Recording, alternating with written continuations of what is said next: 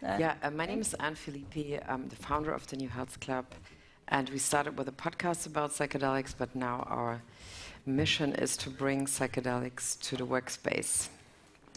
Why don't you introduce yourself, and then I'll kick off the session, all right? Yeah. Yes, I'm Demian Bellumio.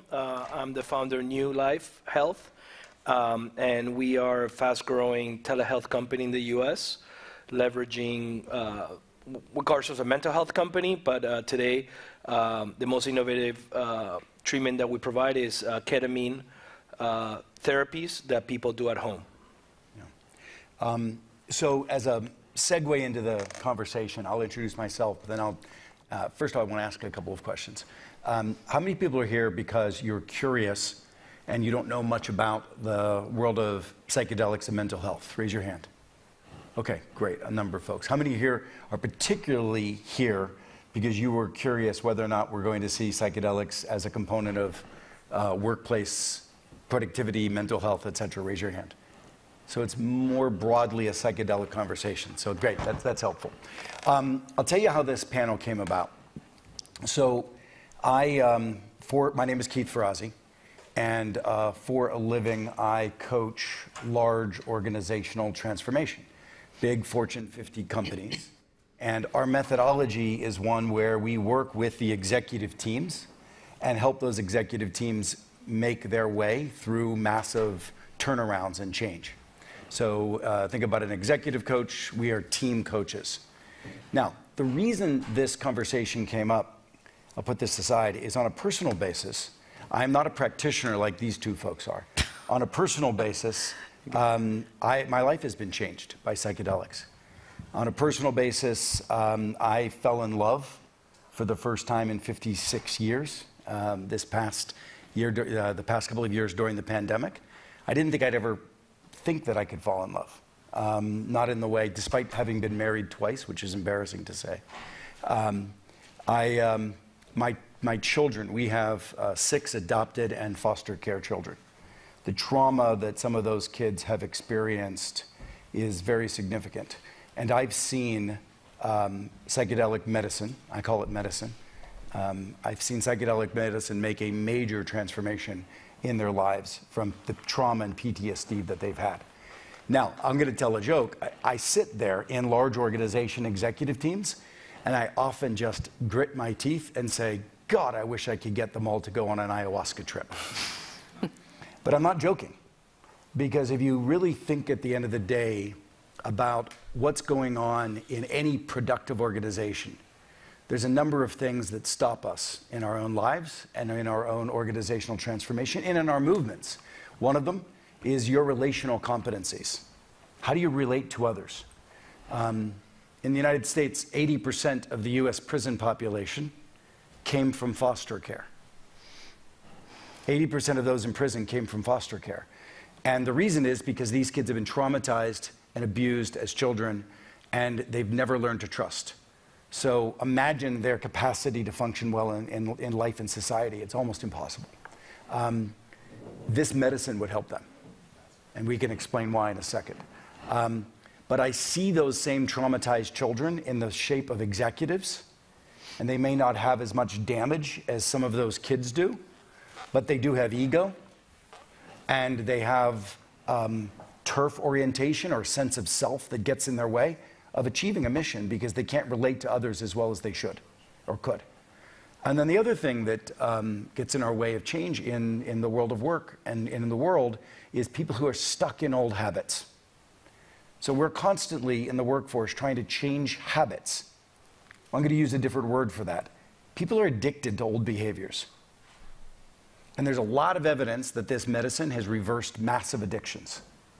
Imagine what lighter doses of these medicine would do to free people up from their old mindsets and their old belief systems and help them see a new path that they're not wedded to or holding on to. So that was the intention of this, right? The intention was to think about how can this outrageous idea of psychedelic therapy can actually someday be used to enhance day-to-day productivity and competencies of humans.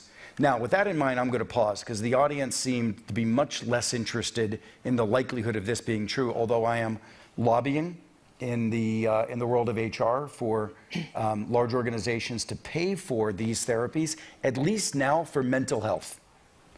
There's a lot of mental health issues as a result of the last 3 years that we can reverse with some of these treatments. And with that in mind, we have two extraordinary people who are currently serving professionals, organizations, but also very specifically humans. Now I'm going to start with Anne. Yeah. And maybe you can talk a little bit about the people and the journeys that you take them on. And we've got two different molecules today represented. Yeah. We have psilocybin, which people know as mushrooms or fungi, magic fungi. And then we have ketamine. And I would ask both of them to talk a little bit about the unique value of those particular substances, but also what you're doing for people today. Okay, so thank you for introducing me. So, as I said, we started with a podcast, like talking to everybody in the field that created this new psychedelic industry, or is in the process of creating it. So, and then a lot of individuals started to approach us saying, I would like to do that experience, I have this and this problem I'm working on, it never goes away with any kind of normal therapy. So, long story short, we started to refer them to our collaboration partners, Field Trip Health in Amsterdam. Amsterdam because magic truffles and magic mushrooms, like in Amsterdam they call it magic truffles, are legal there, and you can actually engage in therapeutical guided high-dose experiences. So then suddenly we realized, wow, this is not so easy to do because you can't really, let's say, put this out there like you wanted to do it. So because it's still an illegal kind of thing and you have to work around communication. So suddenly we realized, wow, a whole company suddenly booked that because they have a very forward-thinking CEO, like somebody you work with also. So, and he booked it for all of his employees. And suddenly we saw, wow, there's a whole new perspective for people from a whole company, from a whole context, wanting to look into this psilocybin magic truffle experience for many different reasons. For example, some of them were very young people who wanted to really just experience how their mind is actually working, what other ideas they would have after a psychedelic trip, and how their neuroplasticity is working after experiencing a trip. Others were like, well, like you say, I always had this and this problem, like imitating my family systems, the so-called internal family systems, in their workspace. So they were looking for always a very very hard boss who resembled their father. So, and they didn't want that anymore. So they went on a psilocybin trip and they could resolve their problem around that, which sounds so, yeah, well, that's easy to do, but it's actually not. And it can ruin your life, your career, like your friendship, your marriage, everything, like you say. So, and this is what we're now engaging in, that we offer this for C-level people who are interested in a coaching, but also in normal, let's say, employees who are just saying, okay, I would like to engage in this and want my company to offer this as a benefit. And I would just recommend that you might comment, it's not just the application of the medicine or the molecule by itself. The integration services are critical. Yeah, that's a good point, the preparation services are critical. And I want to make sure that that's clear, that you know, the advocacy isn't just take the medicine and walk away. In fact, a lot of things come up that are very difficult to deal with. That you definitely need, you know, therapeutic support before and after. But maybe you can comment a little bit about where does ketamine come in? Because frankly, ketamine is further along on the legal journey than is psilocybin today. Yeah, so just to give a quick context, so we are one of the fastest growing mental health companies in the US leveraging alternative therapies. We use ketamine because it's FDA approved, as you probably know. FDA is what regulates you know, the legal medicines in the US. It's been around for 60 years. Most people say, oh, it's a horse tranquilizer. So I use a quote that my doctor, chief medical officer says, he says it's a horse tranquilizer the same way that penicillin is a horse antibiotic. It's just a drug that is used in animals, but actually the most wide prescription is for kids. It's an anesthetic for kids. And specifically why it works so well is it does a couple of things in the brain that are actually physically very important. First of all, it plays with the glutamate receptors. Antidepressants work with serotonin and neuroephedrine, and glutamate is actually linked to long-term depression. So what ketamine does is reduces the transmission of glutamate in the brain. It shuts down part of the brain called the default mode network, which is part of the brain that is associated with daydreaming, and that's where the chatter is, that is associated with anxiety and depression. And it also eliminates the ego. You mentioned it. The ego is basically something that we developed through evolution that allows us to filter information in our brain. And when you sort of shut it down, we go into what's called a childlike brain. You start seeing the world almost without the filter that we actually use every day to filter information. So all those things are actually very powerful for our patients today. We already deliver 40,000 at-home treatments. We're, again, quite large, and we're collecting a lot of data. And most of our patients today are PTSD, depression, anxiety patients. But going back to the workplace, same exact thing could work with someone that is stuck. Someone that is basically not feeling at their most optimal, and we are seeing now, the ability or the opportunity to take these drugs into progressive companies that really want to help their employees. Maybe they are depressed, but they're slightly depressed or slightly anxious versus obviously most of our patients today have deep depression, but that could be very powerful to help them really, reset themselves and be, more positive in the way they approach work. Can you talk? Can you talk at all about the use of these molecules as opposed to what one might consider traditional pharmaceutical SSRIs, et cetera? Can you talk a little bit about that? Yeah, so most our patients are what's called treatment-resistant patients, meaning they already tried pretty much every SSRI or antidepressant that is out there, and it does, they haven't had success. Some of them are decades trying these antidepressants. And when you try more than 3, you become treatment-resistant, meaning the chance of any other antidepressant working is pretty much impossible. We're about to publish a study that's being peer-reviewed that we basically track 640 patients, making a pretty large population, and we show that we have a 70% effectiveness in taking treatment-resistant patients that have deep depression, basically to a mild depression level, which essentially makes them go from a state that some of them are suicidal to a state that is almost normal.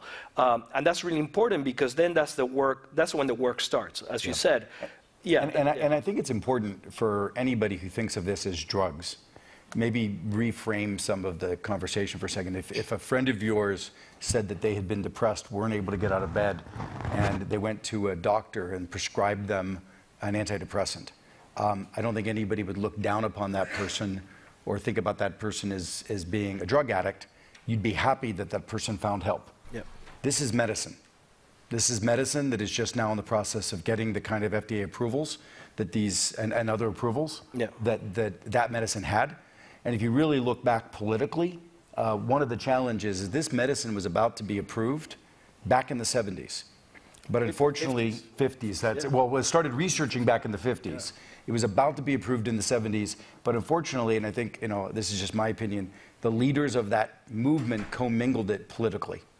And as a result, the US government decided to shut it down because the people who were advocates were also anti-war and other things. And so as a result, it radically shut it down. And then they lobbied other countries to do the same. So we're back in a different place today. And one thing is we today use ketamine because that is what's available. But honestly, we're supporting MAPS. MAPS is an amazing organization pushing the legalization of MDMA therapy. We're supporting psilocybin research. So at the end of the day, we want all these alternatives to be there because what we see every day, and I'll end with that, it's a crisis. In the US, people are suffering. And if you see what they write to us once they go through a treatment, I started this company really thinking like everybody, it's going to be a fun project. I am so aware of the important mission that we have because it is a much needed help that people. But maybe you should also say there in the meantime, I think up to 300 studies worldwide on the most famous universities, like really starting to research not only psilocybin and ketamine, but 5-MeO-DMT, the LSD. Iboga. So it's like Iboga. So it's really like a whole new What's a classification era, of right? drugs? I mean, It's a new classification of drugs that's emerging. And if any of you, we're 2 minutes left, and I hated that gong sound. Let's not try to have it. One last thing I want to add is the speed at which they work, right? Antidepressants take months to work. The study that we said of where we take people, it takes 1 month. It is incredibly fast. And single treatment can be fundamentally transformative as well. Yeah. Now look, this isn't a panacea, but you could tell from the data, if you want to just scratch the surface of it, that this is very powerful and it has the chance of changing the world. Perhaps we can someday get our politicians to be mandatory taking of these substances before they are able to go to office. I think the world would be a better place. All right, well, thank you everybody very much. But we have 2 minutes for questions, right? Oh, 2 minutes for questions. What question do you have? Very fast questions. Gary. What is the role in the workplace, or in particular, does microdosing play a unique role apart from the therapy for PTSD itself? So microdosing is a therapeutic treatment. It just is a different type of treatment. So instead of going deep into a journey, microdosing is a mechanism to keep one, in a sense, daily open-hearted, aware, connected to other individuals, etc. Microdosing right now, if I'm not mistaken, is microdosing approved in any treatments at this stage? Well, ketamine is approved. Currently used by many Yes, executives. ketamine as a drug is approved in the FDA, so you could use it in many different ways as long as a doctor is prescribing it. Yeah. We're supporting Phil Wolfson's new startup. Phil Wolfson wrote the ketamine papers. He's the elder of the ketamine therapy. And he's actually starting a company using microdosing to help women through menstrual cycles. So it's actually, it's a very, very interesting area, at least in the ketamine space, but obviously microdosing is generally known in the LSD or psilocybin world, right? But I also like to quickly answer a question also with the workplace. I think we see a lot of people approaching us saying, okay, now we're coming back to the office, but we have insane social anxiety since this all happened in a pandemic.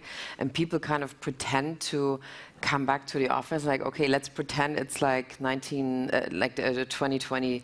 Yeah, 2020, but it's not. And a lot of people encountered their really maybe rather more severe depression in the pandemic than they thought they would ever have. And then they have to come back to the workplace pretending like they're fine, but they're not. So, and I think offering this at the workplace or in the workplace. And psilocybin, which is your medium, is particularly valuable for connectedness. Exactly. And that too, having people be open-hearted, more empathetic to each other. So your team will social anxiety, introversion, etc. All right. Thank you. Thank you. Well, that was a...